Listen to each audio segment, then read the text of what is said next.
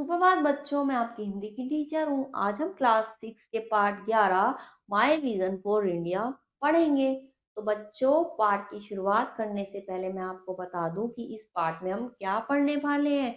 बच्चों, दरअसल डॉक्टर अब्दुल कलाम जो हैं, जिन्हें हम मिसाइल मैन के नाम से भी जानते हैं, वो एक अच्छे वैज्ञानिक भी थे और एक अच्छे वक्ता भी थे। तो उनके जो भाषण होते थे वो दूसरों को प्रेरित करते थे। उनके भाषण में देश के प्रति अलग से ही अच्छा एक दृष्टिकोण होता था जो युवाओं को प्रेरित करता था। उनमें से एक ही भाषण जो हैदराबाद आईआईटी में उन्होंने दिया था, उसी को इस पाठ में प्रस्तुत किया गया है। तो पाठ की शुरुआत करने से पहले हम थोड़ी सी जानकारी लेते हैं। चलिए शुरुआत करते हैं। डॉक्टर कलाम मिसाइल मैन जितने अच्छे वैज्ञानिक थे, उतने ही कुशल लेखक व वक्ता भी थे। जितने अच्छे वैज्ञानिक थे, उतने ही लेखक और वक्ता भी थे। उन्होंने शिक्षा के साथ साथ देश की उन्नति के लिए एक अलग ही दृष्टिकोण देश की भावी पीढ़ी को दिया। देश की आने वाली युवाओं को उन्होंने देश के प्रति एक अच्छा सा अलग ही दृष्टिकोण शिक्षा के साथ दिया। प्रस्तुत पाठ में उनमें से एक भाषण का अंश जो है संकलित किया गया है, जो उन्होंने आईआईटी हैदराबाद में 25 मई 2011 को दिया था। कब दिया था? 25 मई 2011 को हैदराबाद आईआईटी में उन्होंने दिया था।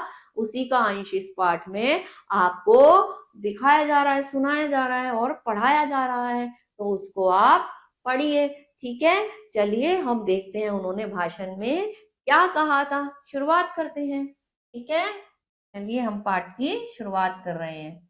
APJ Abdul Kalam IIT tech fest उद्घाटन भाषण हैदराबाद। कहाँ पे? आईआईटी टेक फेस्ट उद्घाटन में उन्होंने हैदराबाद में भाषण दिया। क्या भाषण दिया? मैंने भारत के लिए 3 सपने देखे हैं। कितने सपने देखे हैं? 3। हमारे 3000 साल के इतिहास में दुनिया के अलग अलग कोनों से लोग भारत आए और हमें लूट कर चले गए। हमारी जमीन हथिया ली, हमारे दिमाग को गुलाम बनाया। हमारे दिमाग को क्या बनाया? गुलाम बनाया। कौन बोल रहा, बता रहे हैं? अब्दुल कलाम जी ने बताया था। ठीक है, अलेक्जेंडर से लेकर ग्रीक, तुर्क, मुगल, पुर्तगाल, ब्रिटिश, फ्रेंच, डच, सभी ने हमारे देश को लूटा। इतने सारे जो लोग हैं आए और उन्होंने हमारे देश को क्या करा? लूट लिया। ठीक है, ये सभी हमारे देश में आए, हमें लूटा और जो कुछ हमारा था वह सब ले गए। लेकिन आज तक हमने ऐसा दूसरे किसी देश के साथ नहीं किया। हमने किसी को भी अपना गुलाम नहीं बनाया। सबने हमें लूटा, लेकिन हमने आज तक किसी को अपना गुलाम नहीं बनाया। ठीक है, हमने किसी भी देश की जमीन नहीं हथियाई, किसी देश की संस्कृति को ठेस नहीं पहुंचाई और ना ही किसी देश के लोगों के जीने की तरीके को बदलने की कोशिश की। ऐसा हम क्यों करते हैं? क्योंकि हम एक दूसरे की आजादी का सम्मान करते हैं। ऐसा हम इसलिए करते हैं क्योंकि हमारे देश में हम लोग एक दूसरे की आजादी का सम्मान करते हैं। ऐसा भाषण में उन्होंने कहा। आगे क्या कहा, देखते हैं आगे क्या कहा। इसलिए मेरा सपना है आजादी ही है। इसलिए मेरा सपना क्या है? आजादी है। मेरा मानना है कि भारत ने आजादी का पहला सपना 1857 में ही देख लिया था, जब हमने आजादी की लड़ाई शुरू की थी। कब की थी? 1857 में की थी। ठीक है, इसी आजादी को बाद में हमने सुरक्षित किया और उसका पालन पोषण कर आगे आजादी का निर्माण किया। यदि हम आजाद नहीं होते तो आज कोई हमारा आदर नहीं करता, और अगर हम आजाद नहीं होते तो हमारा आदर आज कोई नहीं करता। ठीक है, आगे देखते हैं क्या कहा उन्होंने। मेरा दूसरा सपना भारत के विकास का है। 50 साल में हमारा देश विकासशील देश है, लेकिन यह समय देश को विकसित बनाने का है। जीडीपी की दर से देखा जाए तो हम दुनिया में के शीर्ष 5 देशों में से एक हैं। बहुत से क्षेत्रों में हमारा विकास दर 10% है। ठीक है, वो कह रहे हैं मेरा सपना क्या है? पहला तो आजादी का और दूसरा विकास का है। ठीक है, आगे देखते हैं। हमारा गरीबी स्तर दिन ब दिन कम होता जा रहा है। आज हमारी उपलब्धियां वैश्विक स्तर पर आती जा रही हैं, लेकिन फिर भी हम अपने देश को एक विकसित देश के रूप में नहीं देख पा रहे हैं। सबसे बड़ी जो वजह है आत्मविश्वास, आत्मनिर्भरता और स्वनिष्ठा में कमी है। क्या ये गलत नहीं है? वो कह रहे हैं कि हम जो है फिर भी अपने आप को विकसित महसूस नहीं कर रहे हैं इतना आगे जाने के बाद भी। क्यों? क्योंकि हम में अभी भी आत्मविश्वास की कमी है, ठीक है, आत्मनिर्भरता की कमी है, आत्मनिर्भर नहीं है, और स्वनिश्चितता, अपनी जो है निश्चितता की भी हमारे अंदर कमी है, ठीक है। मेरा तीसरा सपना भारत दुनिया में सबसे ऊपर होना चाहिए, क्योंकि मेरा मानना है भारत जब तक दुनिया में सबसे ऊपर खड़ा होना नहीं होता तब तक कोई हमारा सम्मान नहीं करेगा।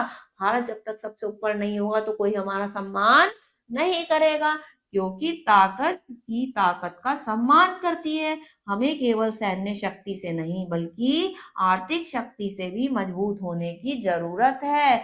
हमें हाथ से हाथ मिलाकर आगे बढ़ना है, हमें हाथ से हाथ मिलाकर आगे बढ़ना है, ठीक है। मेरी किस्मत अच्छी है कि मैंने 3 महान दिमाग के साथ काम किया। स्पेस डिपार्टमेंट के डॉक्टर विक्रम साराभाई, प्रोफेसर सतीश धवन और न्यूक्लियर मटेरियल के जनक डॉक्टर ब्रह्म प्रकाश। मैं बहुत भाग्यशाली हूँ कि इन 3 महाज्ञानियों के साथ मुझे काम करने का अवसर मिला। क्या कह रहे हैं कि मैं बहुत ज्यादा भाग्यशाली हूँ क्योंकि इन तीनों के साथ मुझे काम करने का अवसर मिला। मैंने अपने करियर में 4 मील के पत्थर देखे, मैंने अपने करियर में 4 मील के पत्थर देखे, ठीक है। वो बता रहे हैं, आगे देखो उन्होंने क्या कहा। 20 साल इसरो में बिताए, 20 साल इसरो में बिताए, मुझे भारत के पहले सैटेलाइट लॉन्च व्हीकल SLV-3 का प्रोजेक्ट डायरेक्टर बनने का अवसर भी मिला। क्या मिला मुझे? सैटेलाइट लॉन्च व्हीकल SLV-3 का प्रोजेक्ट का डायरेक्टर बनने का अवसर भी मिला। कौन बता रहे हैं? अब्दुल कलाम, उसी का जिसने पहले रोहिणी को लॉन्च किया था। मेरे वैज्ञानिक जीवन में इसने महत्वपूर्ण भूमिका निभाई थी, और इसरो के बाद मैं DRDO को शामिल हो गया। मैं इसके बाद किसमें शामिल हो गया? DRDO में शामिल हो गया, और वह मुझे भारत के मिसाइल प्रोग्राम का हिस्सा बनने का अवसर मिला। मिसाइल प्रोग्राम जो है उसका हिस्सा बनने का अवसर मिला, ठीक है। 1994 में जब अग्नि की सभी जरूरतों को पूरा करने के बाद उसका संबंध मौसम विभाग से हुआ, तो मेरा वह दूसरा सबसे आनंदित पल था। मेरा दूसरा सबसे अच्छा पल वही था, ठीक है। कौन बता रहे हैं? अब्दुल कलाम बता रहे हैं। आगे देखते हैं। 11 और 13 मई को डिपार्टमेंट ऑफ एटॉमिक एनर्जी और DRDO ने न्यूक्लियर टेस्ट के में अहम भागीदारी निभाई थी। यह मेरे लिए तीसरा आनंदित पल था, और ये मेरे लिए तीसरा आनंदित पल था, ठीक है। न्यूक्लियर टेस्ट की टीम में हिस्सा लेने की खुशी और दुनिया को ये बताने की कि इसे भारत ने बनाया है, इसका असर हमारे देश के विकास पर जरूर पड़ेगा, यह मैं जानता हूँ। इस समय तक मुझे अपने भारतीय होने का काफी गर्व महसूस हो रहा था। मुझे अपना, जब ये चीज हुई थी न्यूक्लियर टेस्ट, तो मुझे अपना भारतीय होने का बहुत ही गर्व हो रहा था, ठीक है। हम जानते थे कि हमें अग्नि को विकसित करने की जरूरत है, और इसके लिए हमने पुनर्स्थापित किया और नए मटेरियल का प्रयोग कर अग्नि को विकसित किया, जिसमें बहुत ही हल्के मटेरियल का प्रयोग किया गया था। और ठीक है, वो बता रहे हैं हमने फिर क्या क्या किया। आगे सुनो। एक दिन निजाम इंस्टीट्यूट ऑफ मेडिकल साइंस के ऑर्थोपेडिक सर्जन मेरी प्रयोगशाला देखने आए। उन्होंने मटेरियल उठाया और पाया कि वह काफी हल्का है, और वह मुझे अपने अस्पताल ले गए और मुझे अपने मरीज दिखाने लगे, जहाँ एक छोटी लड़की लड़का 3 किलो के मेटेलिक कैलिपर को अपने पैरों पर बांधकर पैरों से घसीट रहे थे। तो वो बता रहे हैं कि उन्होंने अपने अस्पताल में दिखाया कि जहाँ पे जो है बच्चे जो है 3 किलो के लड़का लड़की जो है 3 किलो के मेटेलिक कैलिपर को अपने पैरों में बांधकर घसीट रहे थे। ठीक है, उन्होंने मुझे कहा, कृपया मेरे मरीजों के दर्द को कम कीजिए, मेरे मरीजों के दर्द को कम कीजिए। 3 हफ्तों में ही हमने ऑर्थोसिस 300 ग्राम का कैलिपर तैयार किया, और जो है 300 ग्राम का क्या तैयार किया, कैलिपर तैयार करा।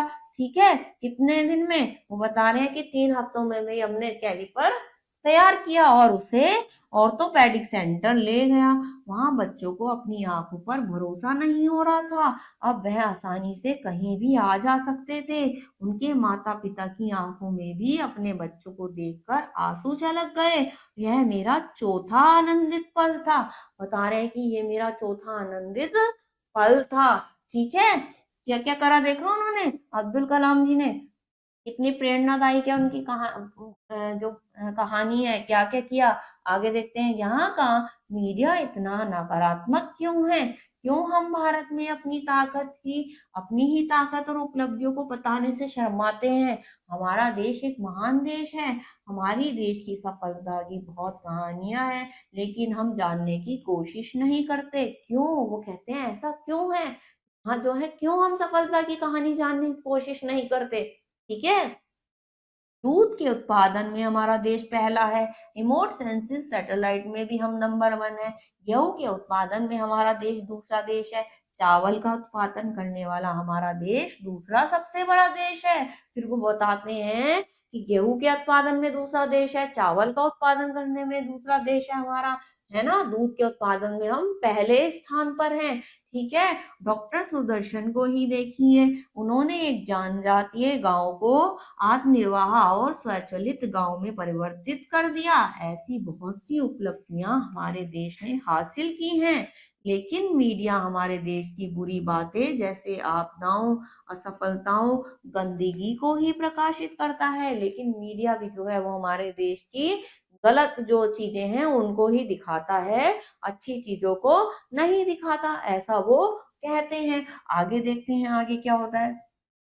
आगे क्या कहा उन्होंने, एक बार जब मैं टेल अवीव में था, तब मैं इजरायली अखबार पढ़ रहा था, तब मैं क्या कर रहा था, इजरायली अखबार पढ़ रहा था।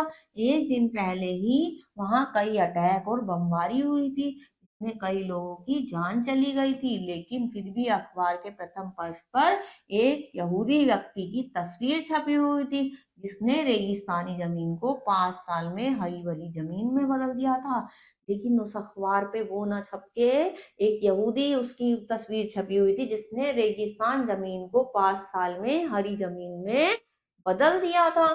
ठीक है, यह एक प्रेरणादायी तस्वीर थी जो कई लोगों को जगा सकती थी, जबकि अटैक बमबेरी से मरे लोगों की जानकारी अखबार के अंदर के पन्नों में थी, जबकि ऐसी अटैक बम वाली जो थी अखबार के अंदर पन्नों में कि भारत में हम सिर्फ मौत, दर्द, आतंकवाद, हिंसा के बारे में पढ़ते हैं।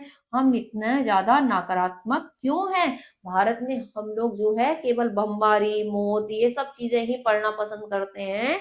आखिर हमारे अंदर इतनी नकारात्मक सोच क्यों है। ठीक है, वो ऐसा लिखते हैं। आगे देखिए उन्होंने क्या बोला था भाषण में, एक और प्रश्न, हम एक राष्ट्र के तौर पर अपने देश को विदेशी चीजों से क्यों ग्रसित करते हैं, अपने देश को जो है विदेशी चीजों में क्यों ग्रसित करते हैं।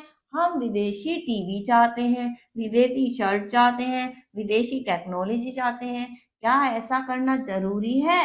वो कहते हैं कि हम सारी चीज विदेशी चाहते हैं, क्या ऐसा करना जरूरी है, ऐसा कहते हैं वो। ठीक है, आगे देखते हैं क्या कहते हैं वो। आगे उन्होंने भाषण में क्या कहा कि क्या हम इस बात को नहीं जानते, क्या हम इस बात को नहीं जानते कि आत्मसम्मान आत्मनिर्भरता से ही आता है। आत्मसम्मान किससे आता है, आत्मनिर्भरता से ही आता है। मैं हैदराबाद में जब अपना भाषण दे रहा था, तब एक 14 साल की लड़की ने मुझे ऑटोग्राफ के लिए पूछा, तब एक 14 साल की लड़की ने मेरा ऑटोग्राफ लेने के लिए मुझसे पूछा। तब मैंने उससे पूछा कि जिंदगी में उसका लक्ष्य क्या है, उसकी जिंदगी में वो क्या करना चाहती है। मैंने उससे पूछा, उसने जवाब दिया, मैं विकसित भारत में रहना चाहती हूँ। उसने उसके लिए तुम्हें और मुझे मिलकर एक विकसित भारत का निर्माण करना है। आपको इस बात का ऐलान करना चाहिए, भारत एक विकासशील देश नहीं बल्कि पूरी तरह से विकसित देश है। वो कहती है कि मैं जो है देश का विकसित भारत का करना चाहती हूँ। भारत जो है विकासशील देश नहीं बल्कि एक विकसित देश है। ठीक है, आगे देखिए, तुम अपने देश में विदेशी सिस्टम का सम्मान कर सकते हो, लेकिन अपने ही देश के सिस्टम का सम्मान नहीं कर सकते। भारतीय जमीन पर तुम कदम रखते ही रास्तों पर पेपर सिगरेट फेंकना शुरू कर देते हो। यदि विदेशों में तुम विदेश की तरह रहते हो और उनके नियम का पालन करते हो, तो अपने ही देश में हमारे नियमों का पालन क्यों नहीं करते। कहते हैं अपने ही देश में तुम अपने नियमों का पालन क्यों नहीं करते। यहाँ पे तो तुम कहीं भी कूड़ा करकट फेंक देते हो, जबकि विदेशों में जाके तुम तुरंत नियमों को अपनाने लग जाते हो। वो ऐसा कहता है, कह रहे हैं। आगे देखो उन्होंने क्या कहा, हम सरकार से आशा करते हैं कि वह रास्तों को साफ रखे, लेकिन उनके द्वारा बनाए कूड़ेदानों में हम कभी कचरा डालना पसंद नहीं करते। हम चाहते हैं रेलवे में हमें साफ बाथरूम मिले, लेकिन रेलवे का बाथरूम ही सही प्रयोग नहीं जानते। हम चाहते तो बहुत कुछ है कि साफ सुथरा रहे सरकार से, लेकिन हम अपनी तरफ से कोई जिम्मेदारी नहीं निभाते हैं, क्योंकि हम क्या करते हैं, कूड़ा इधर उधर फेंक देते हैं। वहां पे जो बाथरूम होते हैं उन्हें भी साफ रखने में हमारा कोई सहयोग नहीं रहता है। ऐसा करते हैं, वो ऐसा कह रहे हैं। कौन इस सिस्टम को बदलना चाहेगा। सिस्टम में क्या क्या शामिल है। देखा जाए तो सिस्टम में हमारे ही पड़ोसी घर के सदस्य, शहर, दूसरे समुदाय और चुनी आई सरकार शामिल है। देखा जाए तो सिस्टम में कौन है, हमारे पड़ोसी देश के घर के सदस्य हैं, शहर हैं और शहर दूसरे समुदाय के चुनी हुई सरकारें हैं। लेकिन जैसा कि हम व्यवहार करते हैं उसके अनुसार सिस्टम में सब शामिल है। जैसा हम व्यवहार करते हैं, हम जैसे गंदगी इधर उधर फेंक देते हैं, उसके हिसाब से तो सिस्टम में सभी शामिल है। ठीक है, सिवाय तुमको और मुझको छोड़कर जब सिस्टम को बदलने के लिए सकारात्मक योगदान की बात आती है, तो हम अपने आप को अपने परिवार के अंदर बंद कर लेते हैं। जब भारत अच्छा नहीं लगता तो हम न्यूयॉर्क तक चले जाते हैं। न्यूयॉर्क असुरक्षित लगता है तो हम इंग्लैंड चले जाते हैं। यानी कि हम जो है बार बार जो चीज असुरक्षित लगती है वहां से हम इधर उधर जाते रहते हैं, लेकिन ये नहीं सोचते कि अपने देश को सही करें। जब इंग्लैंड में हम बेरोजगारी दिखाई देती है तो हम गल्फ देशों की ओर चले जाते हैं, और जब गल्फ में भी हमें युद्ध दिखाई देते हैं तो हम वापस अपने परिवार के साथ भारत आ जाते हैं। आज हर कोई देश के बाहर जाकर रहना चाहता है, लेकिन कोई भी सिस्टम को सुधारना नहीं चाहता। क्या कह रहे हैं अब्दुल कलाम, उन्होंने यह कहा है कि हम अपने देश के जो सिस्टम है उसको बदलना नहीं चाह रहे हैं। उसके सिस्टम को सुधारने में हमें क्या करना पड़ेगा, हमें साफ सफाई रखनी पड़ेगी, नियमों का पालन करना पड़ेगा अपने देश को आगे बढ़ाने के लिए, जो कि हम नहीं करते। हम विदेश में पसंद करते हैं, और जब वहां से थक हार जाते हैं, थक हार के वापस आखिर हमें अपने भारत देश में ही आना पड़ता है। जबकि हमें अपने देश को विकसित करने में, अपने देश को आगे बढ़ाने में खुद ही सहयोग करना चाहिए। ठीक है ना बच्चों, तो पाठ को आप जो है इस पाठ को दोबारा पढ़िएगा, अगले पाठ में कुछ और पढ़ाएंगे। तब तक के लिए अपना ख्याल रखिए। ओके।